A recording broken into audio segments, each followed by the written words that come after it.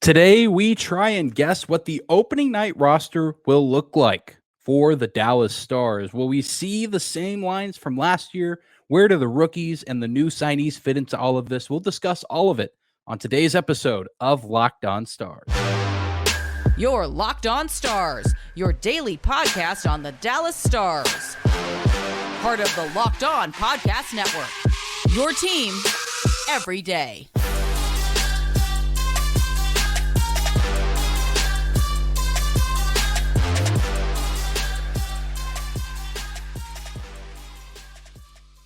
Howdy, Stars fans. Welcome back to the Locked On Stars podcast, the only daily podcast covering the Dallas Stars, part of the Locked On Podcast Network, your team every day. I'm your host, Dane Lewis, your local expert on all things Dallas Stars hockey, coming to you on this Monday, July 17th. And whether this is your first time here or you are a recurring listener, thank you for stopping by and making Locked On Stars your first listen every single day. Be sure to subscribe to the show on YouTube, follow along on your favorite podcasting platform of choice. We are always free and available no matter where or how you choose to listen. And this is the stretch of the summer where we start to go every other day uploads or 3 uploads a week. So thank you for continuing to tune in this off season. We'll be here today, Wednesday, and Friday. And that'll be the schedule over the next handful of weeks as we start the approach to training camp.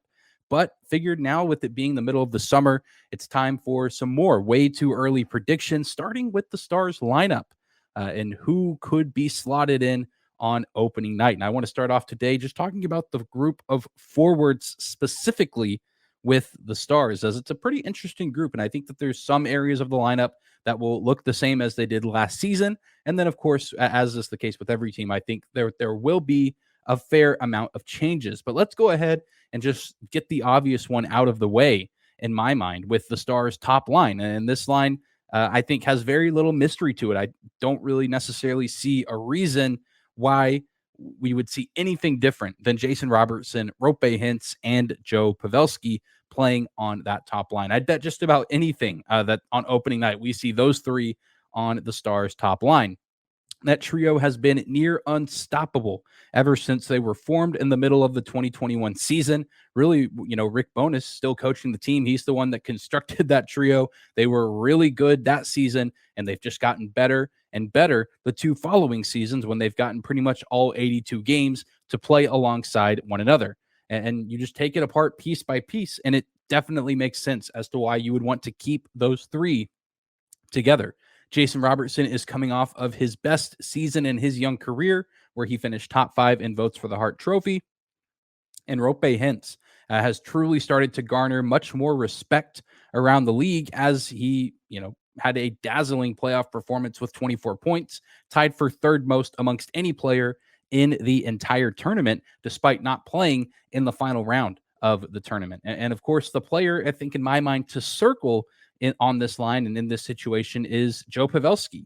And what are the expectations that we have for him coming into this season? And I think it's fair to be optimistic, but also a little worried and skeptical in some ways because, he had the best season of his career just 2 years ago. 81 points. I mean, it was just unbelievable. The Stars all-star representative. He was still very good in 2023. Absolutely lights out in round 2 of the playoffs against the Seattle Kraken.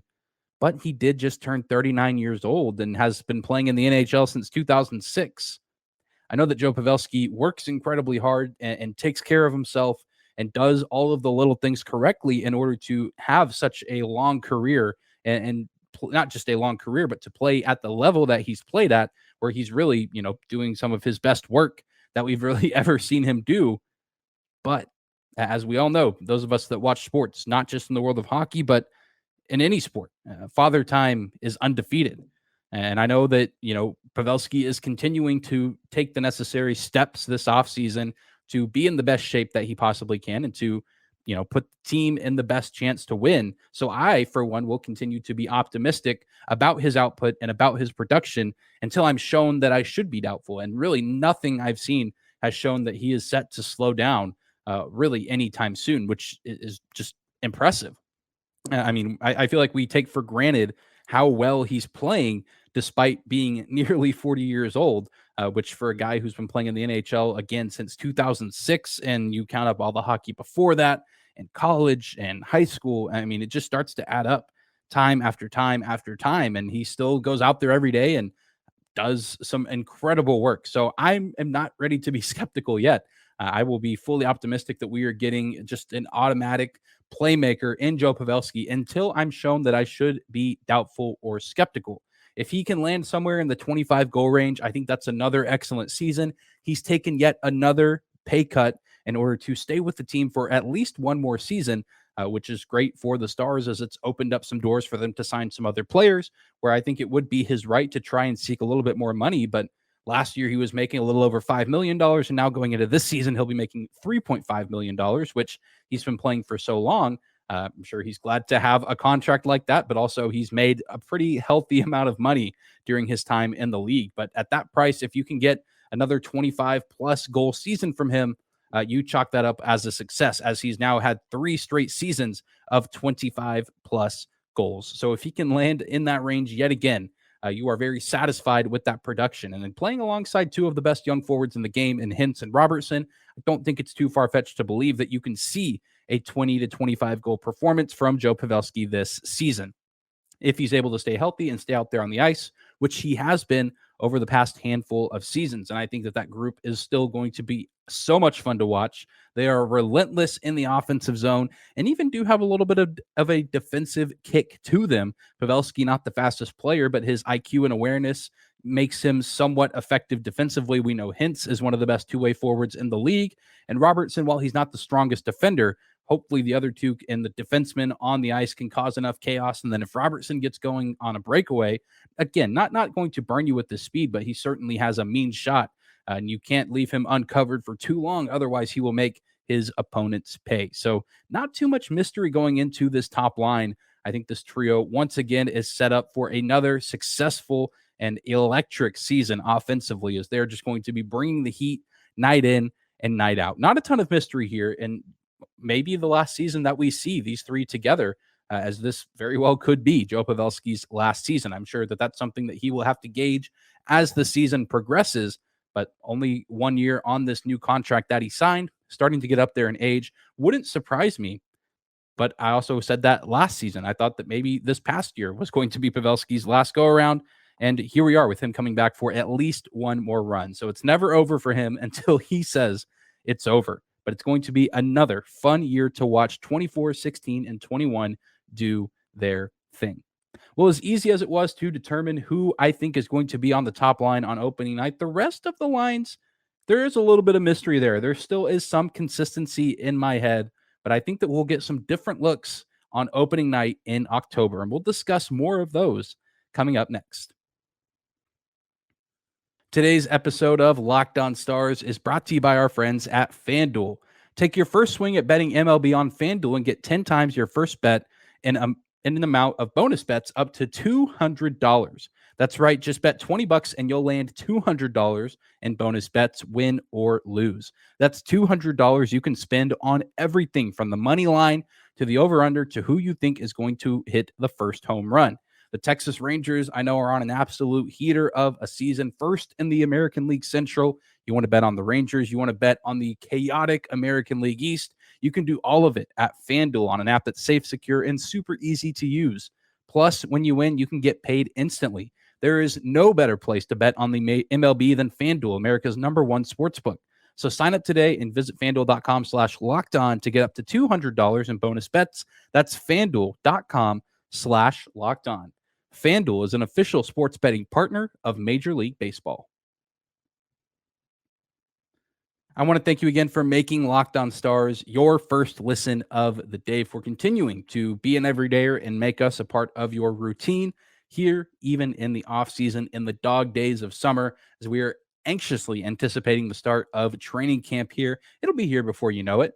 We'll get some Stars hockey back in our lives, but right now we're trying to speculate what the opening night roster might look like for this team. And if you're watching on YouTube, be sure to let me know in the comment section down below your thoughts on who I think is going to be in the lineup, and I'll present it in full at the end of the episode. But then also let me know who you think is going to crack the starting lineup and what the forward lines might look like. We'll talk a little bit about defensemen later on in the week, but we're starting today with the forwards. The top line seems like a deadlock that you're going to get Robertson, Hintz, Pavelski, that top trio again. And when you take a look at the middle six, I think that there is some predictability to it, but I think that there's also some wild cards that could get thrown into that group. So let's go ahead and start with another surefire line in my head, a line that I'm almost certain that we will see yet again, at least to start the season, just because it could provide some consistency and some familiarity with Pete DeBoer, the coaching staff, and the Stars roster for the most part as a whole. And that is the line of Jamie Benn, Wyatt Johnston, and Evgeny Dodonov. Despite the many moves made throughout the season in 22-23, Wyatt Johnston and Jamie Benn were near inseparable. It always seemed to be a revolving door, a rotating cast of characters for that third spot. You saw Ty Dellandrea in there at the start of the season, and Mason Marchment occasionally made some appearances with that group. But by the end of the season, the trade deadline and the playoffs, Evgeny Dodonov, who was acquired at the deadline, really found a home on that line with those two players. And we've talked at length about the benefits of Johnston playing alongside Jamie Benn, just in terms of Benn being the leader of the team, the captain of the team, and getting to spend time with the newest member of the organization, at least at the NHL level. In Wyatt Johnston, I think was incredibly valuable just from an off-ice perspective, but even on the ice, as Benn was certainly doing a lot for his goal scoring and scoring for the team, but also a lot of times adopted a pass-first mentality that often benefited Wyatt Johnston, as he was able to score 24 goals in his rookie campaign. So I think Dodonov is just the perfect third piece for that group, where he has that unique blend of not a ton of speed, but he plays with a little bit of an edge and has that veteran prowess out there on the ice alongside a guy like Benn. He plays incredibly hard and has a pretty good hockey IQ to go along with his game. And I think that that's going to help keep things consistent for those three players and for the team as a whole, where you really have two lines that you feel pretty comfortable putting out on opening night. Because if you're Pete DeBoer or the rest of the coaches, you know what you're going to get from those groups night in and night out. And those groups don't necessarily have to spend a lot of time in training camp familiarizing themselves with one another. There's already established chemistry there. And so I think everyone wins in those situations. Whereas the other middle line, I think there could be a little bit more mixing and matching. I do think that it's pretty certain that we will see some mixture of Tyler Seguin and Matt Duchene. Both players could play the center position, and they could likely alternate playing the center position depending on what is needed on a nightly basis, depending on who they match up with for an opponent. But really the big question is who is going to fill that third spot. And I think it's safe and fair to assume that Mason Marchment could have a really good shot to go there initially. But I would also be curious to see if they throw another player in there, perhaps a guy like Logan Stankoven. I think that throwing in a player like Stankoven with his youth and his playmaking ability, which has grown exponentially during his time in Kamloops with the Blazers, I think that could make for an incredibly fun trio where you have a guy like Seguin, who's not as fast as he once was, but can still move pretty well. Duchene also used to be one of the best burners in the league, starting to get up there, but you mix their playmaking ability with Logan Stankoven, who's a fresh, new player, and I think that you could really do some damage with that group. Of course, it's going to be an uphill battle for Stankoven to even crack the roster and get consistent playing minutes, just alongside him and other rookies looking to make the team and some of the new signees who we'll discuss in the next segment. But I do think that it's going to be interesting to see the battle for this spot. So I think this will be a coveted spot amongst a few players within the organization, the opportunity to play alongside elite goal scorers. I know at times I know Seguin is a criticized player, but at the end of the day, I mean, there was certainly a time where he was elite, and we still see those flashes from time to time. And we've seen that when he's paired with the proper talent, that he still has plenty to offer. And I think that was one of his biggest downfalls last year. And he could only control so much of it, is that he never necessarily had consistent guys night in and night out. And so I think Duchene could be a fix for that to some extent. But you also do have to find that third player and that third piece to help complete that trio where you can truly look at your top line and feel fully confident, no matter who you're playing, where you're playing, what time you're playing, that you are going to get effective results and good production from that group. And I think Logan Stankoven has an excellent opportunity in front of him to go out and prove himself and earn a spot on the team, but then earn a spot with two sappy NHL veterans who are looking for that young, spicy player to be that playmaker, to set them up for scoring opportunities. But Duchesne and Sagan, the kind of players that they are, can certainly do their part to help set up Stankoven as well. Stankoven's a guy that I 100% have my eye on going into training camp. I just listening to his conversations and press conferences after development camp, you can just see and feel the hunger with how excited he is at this opportunity now that his junior career is over. And I think he probably feels somewhat inspired rather by his friend and fellow 2021 draftee Wyatt Johnston to go out and make an impact on the team early on in his career, as Johnston was able to do last season. And so I think that he is going to have a big and fun and exciting training camp and preseason games. He is going to be a thrill to watch in those moments. And I really do think he has a great chance to fill out a roster spot on opening night. Well, those are the first the first three lines, the first 9 players that I think will be cracking spots on the opening night roster. But there's still one line to go.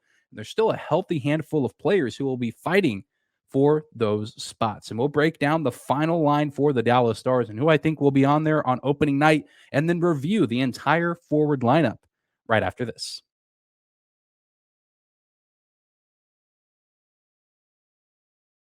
Third and final segment of today's episode of Locked On Stars. Thank you again for tuning in, making us your first listen of the day. Again, let me know in the comment section down below, if you're watching on YouTube, what you think the opening night roster could look like for the Stars. And this is just opening night. I know that there's bound to be changes throughout the season due to injury or lack of performance across the board, but opening night is kind of what we're speculating here. So I'm saying all this knowing that there could be changes, but curious to know your thoughts as well. And when you take a look at the Dallas Stars bottom line, I think there are two certainties that go with this group, guys that I think are for sure to be on the team, on the roster, and probably will be suiting up and playing during that first game against the St. Louis Blues. And that is Ty Dellandrea and Radek Faksa. Faksa has just been a veteran with this team for such a long time now. If it doesn't get traded or moved before the start of the season, I think he is for sure going to be there. And Ty Dellandrea just signed that extension. We know how excited Jim Nill is about him, and Pete DeBoer, the rest of the coaches, especially after the end of his time in the playoffs. I think Ty Dellandrea has earned a spot on this team. But then there's that last spot that you could just plug so many different players into. I think Logan Stankoven could potentially slot in there if he doesn't find himself on the Sagan Duchesne line. I just think it would be a disservice to a player of Stankoven's caliber to be placed on the bottom line, the fourth line. Not to say that Faksa and Dellandrea don't have skills, but I just don't think that their skills necessarily complement Logan Stankoven and vice versa. Not saying that they couldn't play together, but I think their skills and their services would be better utilized apart. So if it's not Logan Stankoven, I think that Mason Marchment certainly would make some sense, especially just given kind of how things ended for him. I say ended, it was really from the middle of the season until the end, just struggling with consistency. And I think there's a chance that we could see Mason Marchment start somewhere in the bottom 6, if not even the bottom line for a little bit, just to kind of gauge where he's at and see if this is going to be a different kind of year for him. And I think Mason Marchment's game complements Fox's and Dellandrea's a little bit better. But it's not quite that simple either, because outside of just Matt Duchesne, the Stars did make some other moves to acquire some forwards, especially Sam Steele, Craig Smith, NHL veterans, guys that have experience. Where do they fit into all this? And I think, you could look at maybe Craig Smith being a 13th forward who is just scratched at times and then maybe slots in if another guy needs a night off or gets injured. And then maybe you start Sam Steele down at the AHL level, or maybe they decide Stankoven has to start the season at the AHL level and you slide Steele or Craig Smith in there. Maybe Maverick Bork has an incredible training camp. There's so much that goes into it. And the Stars have so much forward depth, which is a great problem to have. But that some of these guys are probably a little bit nervous, as they thought they maybe would have some guaranteed roster spots, but now they don't know. And now, they're having to up the ante and work a lot harder in order to ensure that they get a spot wearing a Dallas Stars sweater on opening night. But as of right now, my final prediction for the forward pairs, trios, if you will, top line, Jason Robertson, Rope Hintz, Joe Pavelski. And then I think middle six, you have Jamie Benn, you have Wyatt Johnston, Evgeny Dodonov, and then you have Matt Duchene, Tyler Seguin. You could alternate, put one on the wing, put one at center, vice versa. And then I do think opening night, just based off a hunch here in mid-July, that we see Stankoven get a run with those two players. And then I think the bottom line could look like Tidal Andrea, Roddick Foxa, and Mason Marchment. It's all subject to change. We won't really know until we get a better idea after camp and some of those preseason matchups. But as of right now, July 17th, 2023, that's what I think the opening night roster will look like for the Dallas Stars. But be sure, again, to let me know in the YouTube comment section down below your thoughts on the Stars opening night roster here in the summer. It is the dog days of the offseason, so these are the kind of games that we get to play, speculation and predicting what the team might look like. It's going to be a fun and exciting preseason as these young players get to battle it out for these roster spots. They're going to be bringing the absolute best out of each other day in and day out, and I cannot wait to see it all unfold. But I hope you guys enjoyed today's episode of Locked On Stars. Thank you again for tuning in, for making us your first listen of the day. Remember to subscribe to the show on YouTube, follow along on your favorite podcasting platform of choice. We are always free and available, no matter where or how you choose to listen. You can also find and follow us on social media. My Twitter handle is at Dane_Lewis. You can also find the show. Just search Locked On Stars on Instagram or Twitter, and you can find us there. Remember, there will be no show tomorrow, but we will be back on Wednesday discussing and projecting what the opening night roster will look like for the Stars defensemen. Should be a ton of fun discussing that, as it was discussing this today. But I hope you guys have a great day. Enjoy your Monday and your Tuesday, and we will see you back here on Wednesday.